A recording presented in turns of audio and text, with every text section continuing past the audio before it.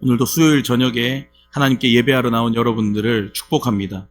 찬양하고 기도하고 말씀 듣는 이 시간이 은혜의 시간인 줄 믿습니다. 오늘 하루를 살아내시느라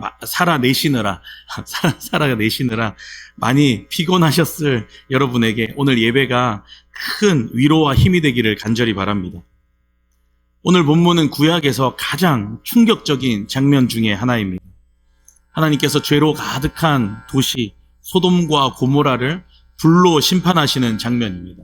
불과 유황, 탈출과 심판, 또 긍휼과 미련이 얽히고 설킨 이 오늘 본문은 도시가 파괴되는 단순한 이야기가 아니라 오늘 우리에게도 여전히 반복되고 있는 세상과 믿음 사이에서 줄다리기 하고 있는 그런 상황을 우리에게 보여주고 있습니다.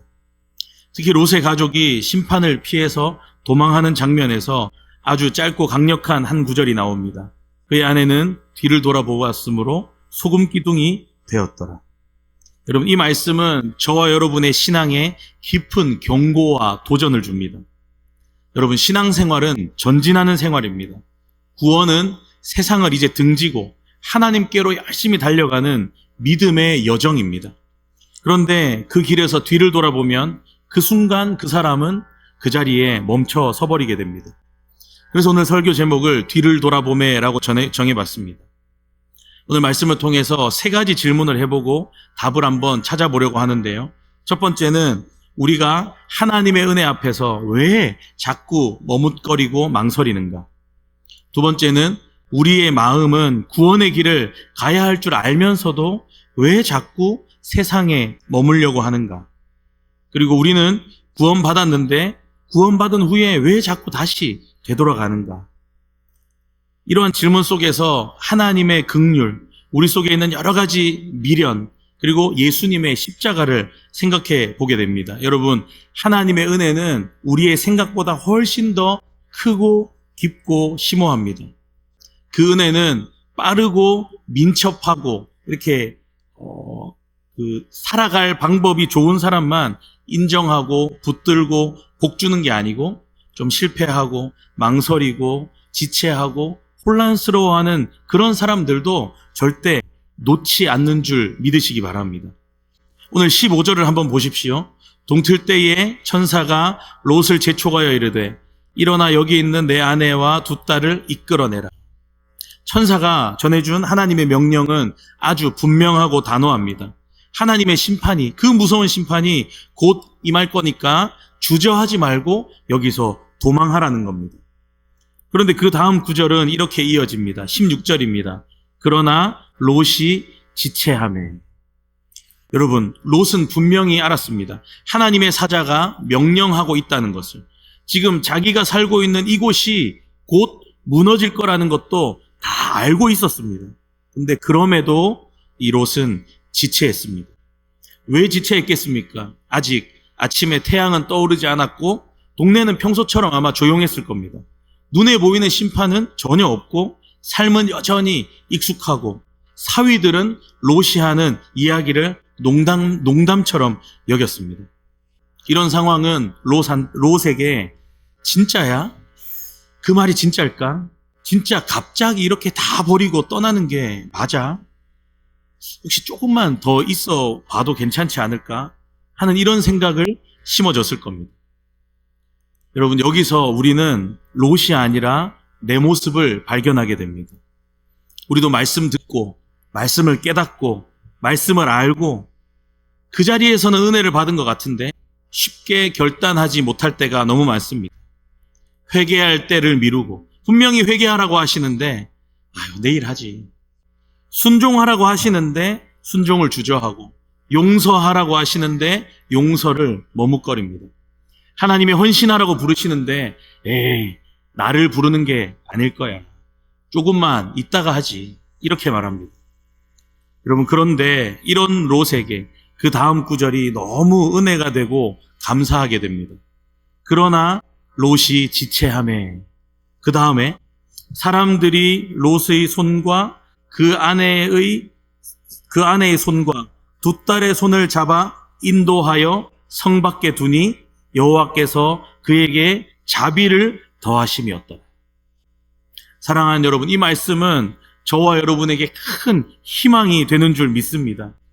지체하고 머뭇거리고 뭔가 민기적거리고 있었는데 하나님이 그런 사람들에게도 하나님이 임하시는 겁니다. 롯이 너무 잘나서가 아닙니다. 롯이 뛰어나서가 아닙니다. 롯이 믿음이 크거나 분별을 잘해서도 아닙니다. 롯은 분명히 오늘 말씀을 보면 지체했고 눈치를 봤고 도망도 머뭇 적극적으로 하지 못했습니다. 그런데도 하나님은 은혜로 그를 붙들어 이끌어내셨습니다. 여러분, 혹시 오늘 우리 마음에도 지체함이 있지는 않으십니까? 순종해야 되는 거 알지만 지금 내 가정의 문제, 지금 내 경제의 문제, 지금 내 관계의 문제 또는 죄의 문제 때문에 아직도 결단하지 못하고 있는 부분은 없으십니까? 그런데 하나님께서 우리에게 좀 빨리 이렇게 하시면서 재촉하시면서 말씀하지 않으십니다. 오늘 말씀은 하나님이 결단하지 못하고 머뭇거리는 우리 같은 사람들도 붙들어 주시는 분임을 말씀하고 있습니다. 그 손을 붙잡아 이끌어내셨다. 이 표현은 구원의 본질을 보여주는 아주 큰 은혜의 장면입니다. 사랑하는 여러분, 너희가 그 은혜에 의하여 그래서 믿음으로 말미암아 구원을 얻었다고 성경은 분명하게 말씀합니다. 다시 말씀드립니다. 너희가 그 은혜에 의하여 그래서 믿음으로 말미암아 구원을 얻었다고 성경은 말씀합니다. 구원을 위해서 믿음이 필요한데 믿음도 은혜로 주어지는 겁니다. 사랑하는 여러분, 하나님의 손이 먼저 우리에게 다가오셨습니다. 할렐루야. 이렇게 창세기 19장에 나타난 롯의 구원은 하나님의 은혜와 긍휼이 없었다면 불가능했습니다. 하나님의 손으로 건져진 것입니다. 에베소서 2장을 한번 보십시오. 성경이 말씀합니다. 그는 허물과 죄로 죽었던 너희를 살리셨도다. 긍휼이 풍성하신 하나님이 그 큰 사랑을 인하여 허물로 죽은 우리를 그리스도와 함께 살리셨고 너희는 은혜로 구원을 받은 것이다. 아멘. 지체하고 머뭇거리는 자에게도 다가오는 그 은혜의 손, 망설이는 자에게도 은혜로 인도하시는 그 하나님 아버지의 긍휼의 구원, 여러분 믿으시기 바랍니다. 그러므로 여러분, 저와 여러분은 그 손을 거절하지 않고 그 손에 맡기기만 하면 되는 줄 믿습니다. 비록 지금 내가 흔들리고 또 순종하지 못했던 과거가 있고 앞으로도 좀 확신이 없을 것 같더라도 오늘, 지금 바로 그 하나님의 손이 나를 붙들고 계신다면 나는 소돔 밖으로 인도받고 있는 중인 줄 믿습니다. 은혜를 따르는 저와 여러분 되기를 간절히 바랍니다. 그렇게 하나님의 은혜로 우리가 구원의 길에 들어서는데 그 길을 끝까지 가지 못하게 막는 것이 있습니다. 그건 외부의 핍박이나 끈질기고 무서운 환경보다도 더 무서운 내 마음속의 미련입니다. 17절에 보니까 천사들이 이렇게 명령합니다. 그 사람들이 그들을 밖으로 이끌어낸 후에 이르되 도망하여 생명을 보존하라.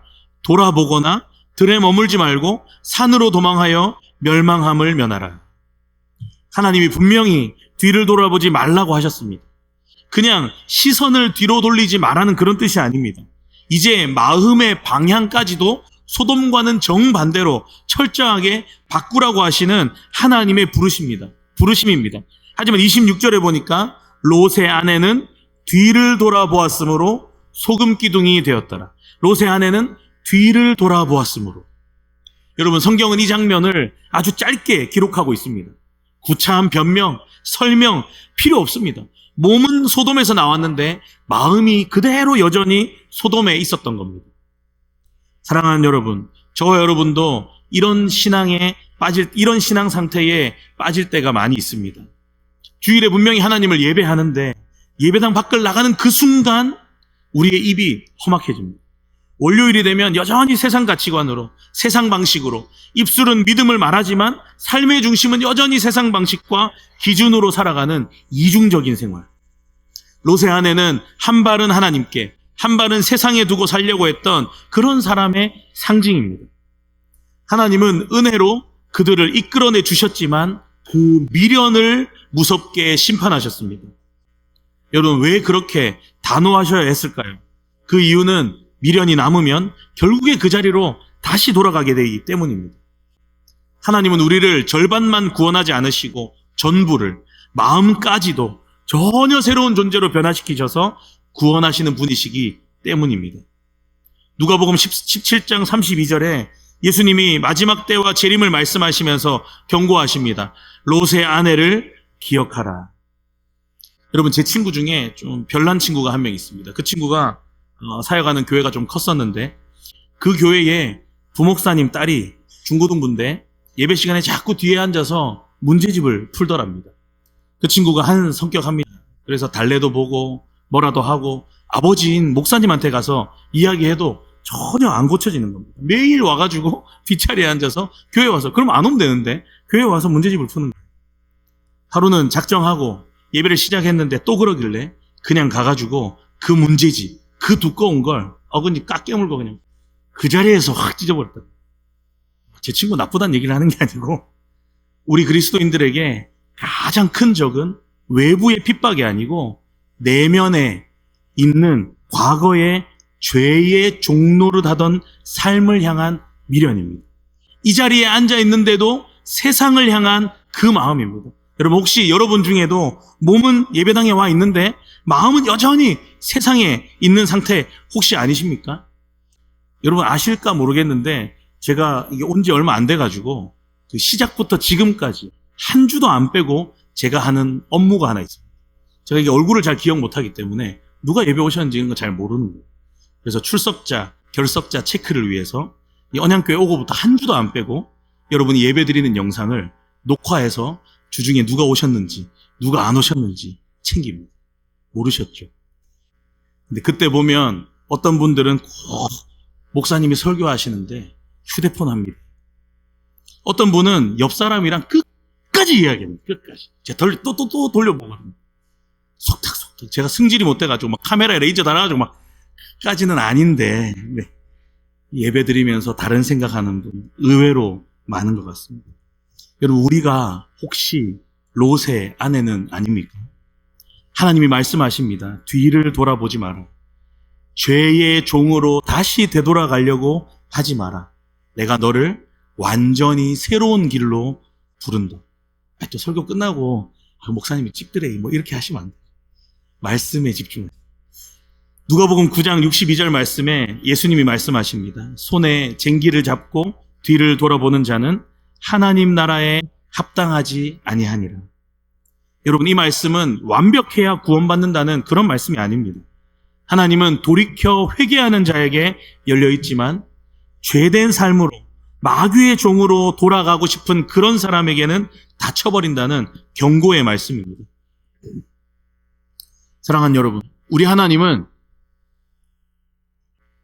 우리에게 삶의 중심이 소돔이 아니라 시온을 향해 가기를 원하십니다. 하나님 나라를 향해 달려가는 우리의 방향을 흐리게 만드는 건 우리 내면의 미련입니다. 오직 앞을 보고 십자가를 향해 나아가는 믿음의 사람들 되시기를 간절히 바랍니다. 오늘 우리가 창세기 19장에서 인간의 연약함을 적나라하게 보았습니다. 롯은 지체했고 아내는 뒤를 돌아보았고 읽지는 않았지만 아시다시피 딸들은 부끄럽고 잘못된 선택을 했습니다. 이 가정은 은혜로 구원은 받았지만 그 구원 이후에도 세상의 흔적과 인간의 본성을 해결하지 못했습니다. 여러분, 이 가정만의 문제겠습니까? 이것은 죄 가운데 있는 우리 인류 전체의 모습입니다. 이것은 부끄럽고 능력 없는 저와 여러분의 있는 그대로의 모습입니다. 그런데 성경이 이 이야기에서 끝내지 않습니다. 하나님의 말씀은 우리를 예수님이라는 전혀 다른 분께로 인도합니다. 여러분, 롯의 아내가 뒤를 돌아봤지만 예수님은 끝까지 앞을 향해 걸어가셨습니다. 누가복음 9장 51절입니다. 예수께서 승천하실 기약이 차감해 예루살렘을 향하여 올라가기로 굳게 결심하시고, 여러분, 예수님은 십자가를 향해 가는 그 길에서 절대 뒤를 돌아보지 않으셨습니다. 단호하게 흔들림 없이 똑바로 걸어가셨습니다. 바로 우리를 위해서. 소돔은 인간의 죄를 드러내는 도시였는데 예수님 가신 그 예루살렘은 인간의 죄를 해결하시려고 하나님이 하나밖에 없는 독생자 예수님을 내어주신 그 은혜의 도시였습니다. 롯의 아내는 구원의 길 앞에서 세상의 마음을 뒀지만 예수님은 십자가 앞에서 자기 생명까지도 온전히 하나님께 내어드렸습니다. 여러분, 오늘 말씀 보니까 하나님이 롯을 구원하실 때 마지막 부분에 보면 아브라함을 생각하사라고 되어 있었습니다. 롯을 아브라함을 생각하사 건지셨다고 말씀합니다. 아브라함이 중보자였고 롯을 위해 기도했습니다. 그 기도가 하나님이 긍휼을 베풀게 하셨고 롯을 소돔에서 건진받게 했습니다. 그런데 하지만 아브라함도 롯의 아내를 건져내지는 못했습니다. 롯의 딸들의 그 부끄러운 일들을 아브라함의 기도도 막아내지 못했습니다. 그래서 하나님은 더 완전한 중보자를 저와 여러분을 위해 보내주셨습니다. 영원히 우리를 위해 간구하시는 예수님을 보내주신 줄 믿습니다. 예수님은 아브라함처럼 기도만 한 것이 아니라 십자가에서 죄인인 우리를 위해서 피 흘려 죽어주신 참된 중보자셨습니다. 여러분, 롯의 딸들의 부끄러운 행동 아시죠? 그 부끄러운 행동으로 인해서 모압과 암몬이 태어납니다. 그렇게 롯의 딸들에게서 태어난 그 자손은 이스라엘의 오랜 대적 국가가 됩니다. 그들은 가나안 정복을 방해하고 하나님의 백성들을 유혹하고 시험 들게 하고 쓰러지게 하고 배반하게 한 그런 민족입니다. 그런데 놀라운 반전이 있습니다. 바로 그 모압 땅에서 룻이라는 여인이 태어나고 그 여인을 통해서 다윗이 태어나고 그 다윗의 후손으로 예수님이 이 땅에 오시게 되었다는 겁니다. 사랑하는 여러분, 우리 하나님은 인간의 부끄러운 타락과 실패조차도 구원의 도구로 바꿔버리시는 전능하신 분이신 줄 믿으시기 바랍니다. 말씀을 맺으려고 합니다. 오늘 한 가정의 구원의 과정과 실패를 살펴봤습니다. 소돔은 무너졌고 하나님은 죄를 심판하셨습니다. 그 속에 긍휼을 베푸셨습니다. 오늘 말씀은 저와 여러분에게 하나님이 물으십니다. 어디를 향해 가고 있느냐? 누구의 음성에 귀 기울이고 있느냐? 여러분, 이 질문 앞에 예수님을 기억하고 우리 눈을 예수님께로 십자가로 향하기를 간절히 바랍니다. 예수님 따라 걸어가기를 원합니다. 말씀 따라 걸어가기를 원합니다. 하나님이 그 믿음의 걸음을 기뻐하실 줄 믿습니다.